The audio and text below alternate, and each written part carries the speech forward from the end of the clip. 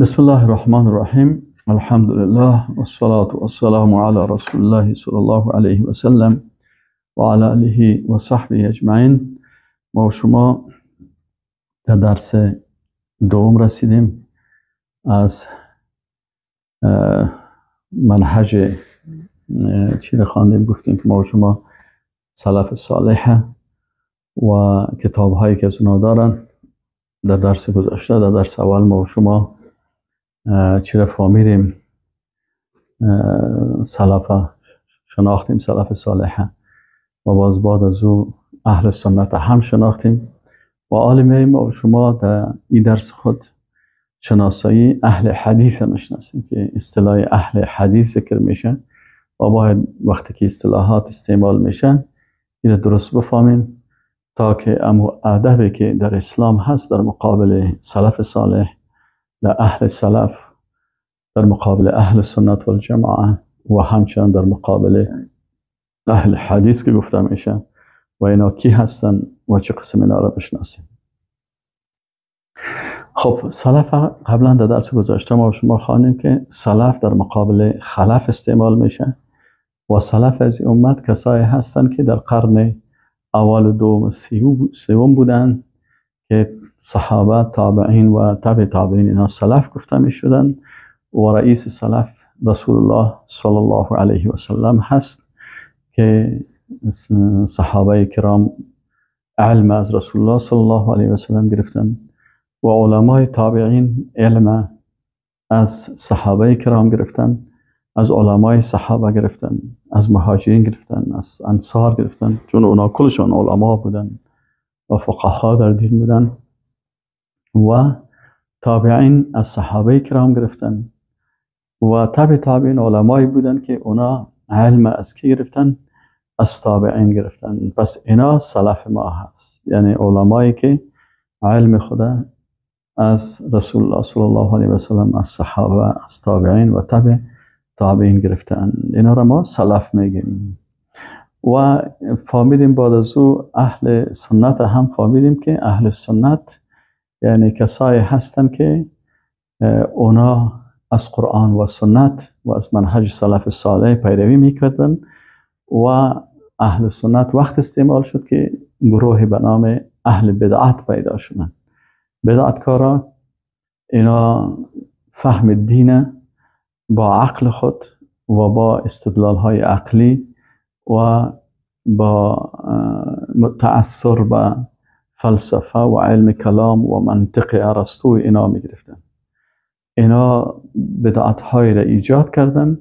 بناهن اهل سنت می گفتن که منهج ما قرآن عظیم شان است، سنت رسول الله صلی الله علیه و سلم است و منهج سلف صالح است. از این خاطر اینا را اهل سنت گفتن که در مقابل اهل بدعت، کسایی که مثلا خوارج پیدا شدن، جهمی ها پیدا شدن، مرجع پیدا شدن، روافض پیدا شدن، جبریه و قدریه پیدا شدن، در مقابل از اینا که اینا کلشان اهل بدعت بودن، در مقابل از اینا اهل سنت بر از اینا گفته میشد.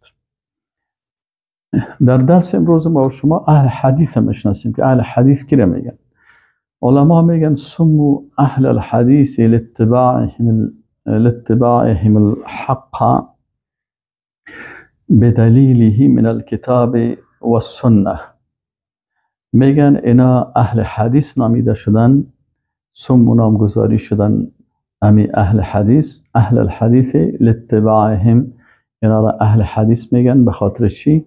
به خاطر لاتباعهم الحق، به خاطر متابعتشان از حق، بدلیله با دلیلش. از چی؟ من الکتاب و السنه، که دلیل از کتاب و سنت می گرفتن. ولتتبعهم احادیث رسول الله صلی الله علیه و سلم للعمل بها و تقدیمها على كل قول. دیگه اهل سنت اهل حدیث می گفتن به خاطر چی؟ به خاطر که اینا متابعت یا جستجو میکردن احادیث رسول الله صلی الله علیه و سلم به خاطر که به او عمل بکنن. یعنی اهل حدیث کسایی بودن که وقتی یک مسئله پیدا میشد مراجعه میکردن به احادیث رسول الله صلی الله علیه و سلم و پرسان میکردن که در این باره حدیثی از احادیث رسول الله صلی الله علیه و سلم هست. بنابراین حدیث صحیح پیدا میکردن.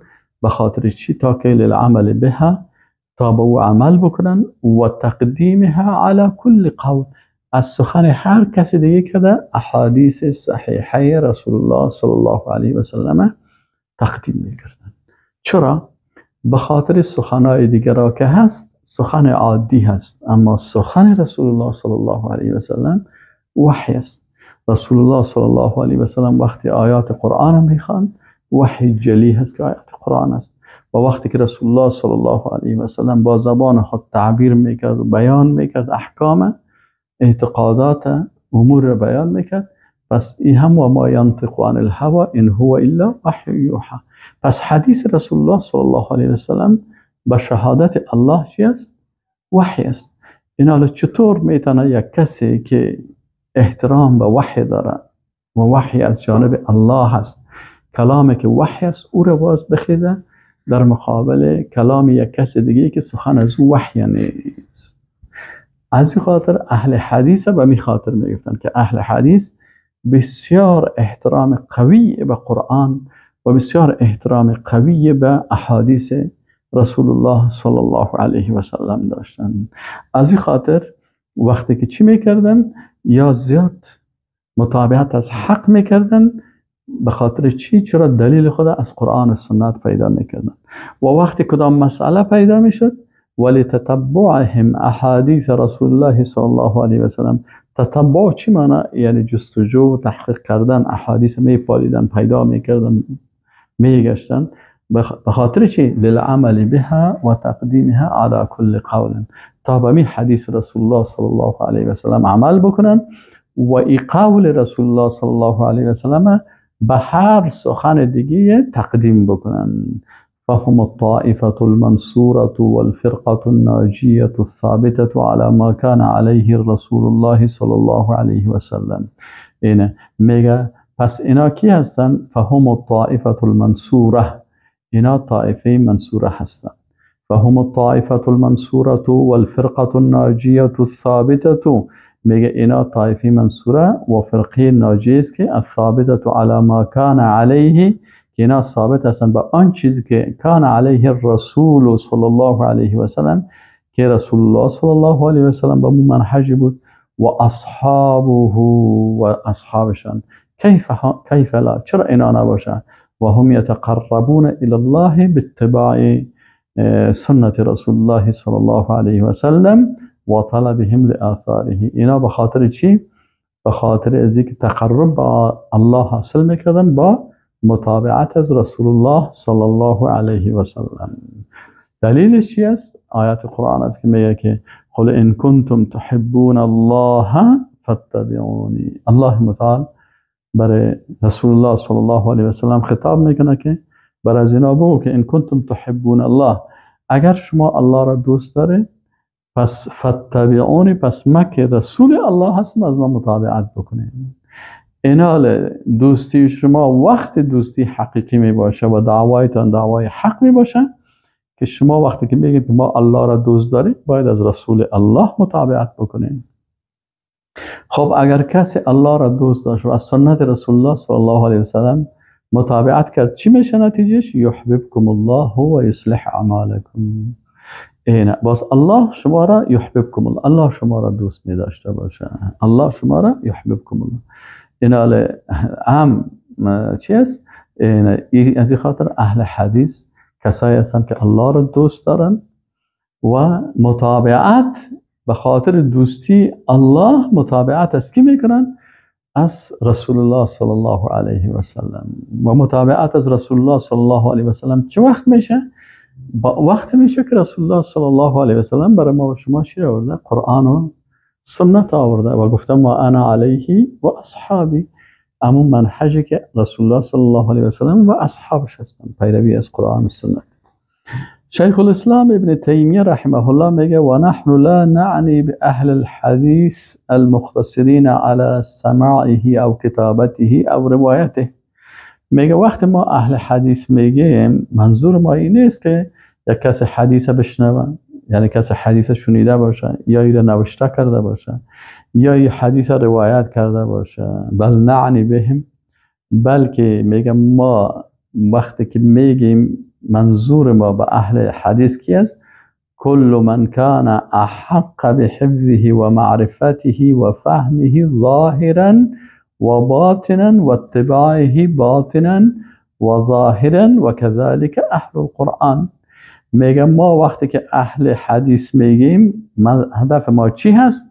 هر کسی که من کان احق بحفظه، کسی که احادیث رسول الله صلی الله علیه و سلم خوب حفظ میکنه و معرفتی خوب او را میفهمه و فهمی و خوب او را فهم میکنه، ظاهرا و باطنا در ظاهر و باطن، و اتباعه باطنا و ظاهرا و متابعت از رسول الله صلی الله علیه و سلم در ظاهر باطن میکنه. و كذلك اهل القرآن، و این میقسم اهل قرآن. بناء اهل حدیث و اهل قرآن کدام مردم هستند؟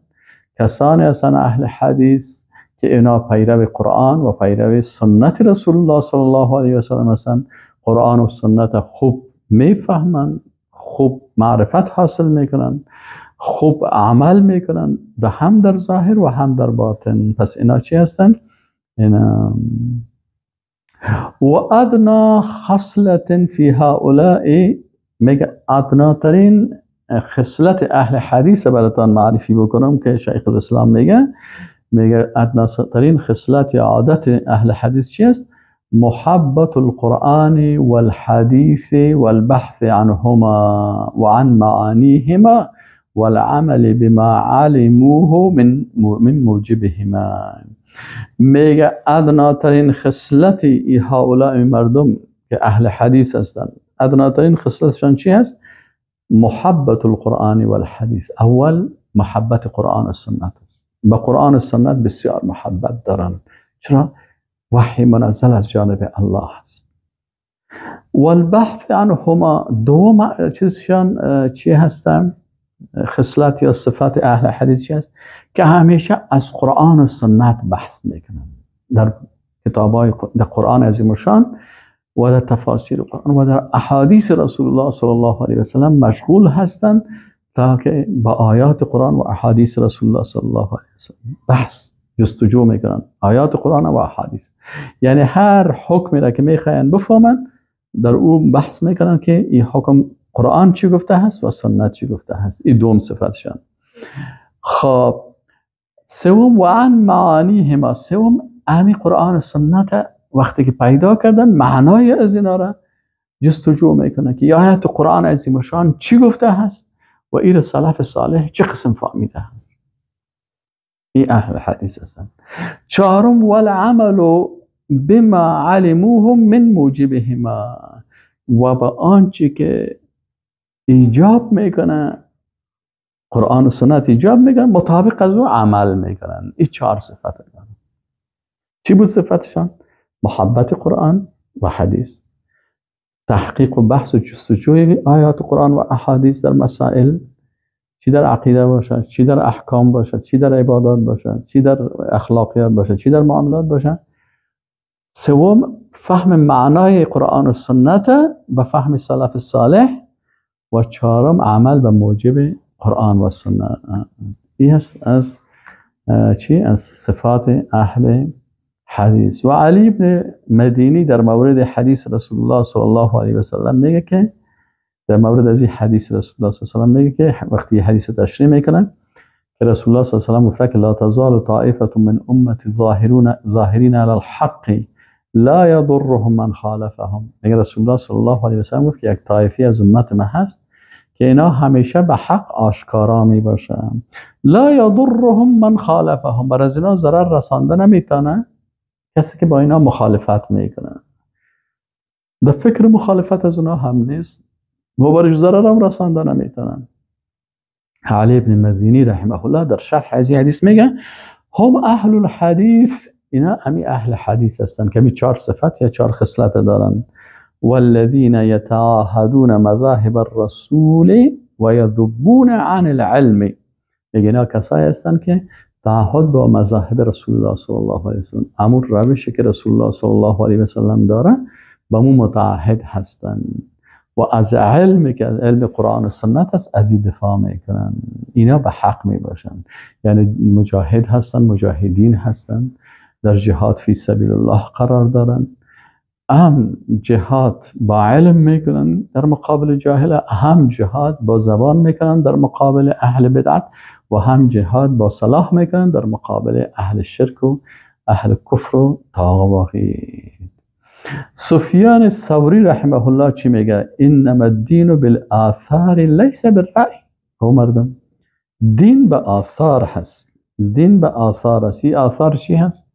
آثاری که مثلا با آیات قرآن است، با احادیث رسول الله صلی الله علیه وسلم است و با اقوال سلف صالح است. انما الدین بالآثار لیس بالرأی. دین خب فکر نیست که تو بگی که والا فکر ما ات میگه و نظر ما ات میگه و اندیشه ما ات است. برای نیست. دین به چی است؟ به آثار است، یعنی به حدیث است، قرآن و حدیث است. بناهن اهل حدیث کسایی هستند که اونا در مقابل اهل رأی استعمال شدن. انما الدین، باز چی میگه؟ سعی کنم میگه که انما الدین بالآثار لیس بالرأی، انما الدین بالآثار لیس بالرأی، انما الدین بالآثار لیس بالرأی. سفیان الثوری رحم الله از جمله سلف صالح هست، میگه که دین به آثار است، بر نظریات نیست. دین به آثار است، به قرآن و سنت. اثر چی میگه؟ قرآن و سنت، چیزی که از آیات قرآن است، احادیث رسول الله صلی الله علیه وسلم، و چیزی که مثلا از صحابه کرام و تابعین و تبع تابعین. با رأی و نظریات کس نیست. وقتی که دین میخوای باید از قرآن پیدا بکنی، از احادیث رسول الله صلی الله علیه وسلم پیدا بکنی و از فهم سلف صالح که اینا قرآن و سنت چه قسم فهمیدن، نه با اهل رأی که مثلا فلانی فیلسوف تو گفت، فلانی علم کلامی گفت. و یزید ابن زرای میگه که اصحاب الرأی اعداء السنه. میگه اصحاب رأی کسایی که زیاد به آرا و به نظریات چی میکنن، اینا دشمنای سنت هستن. چرا؟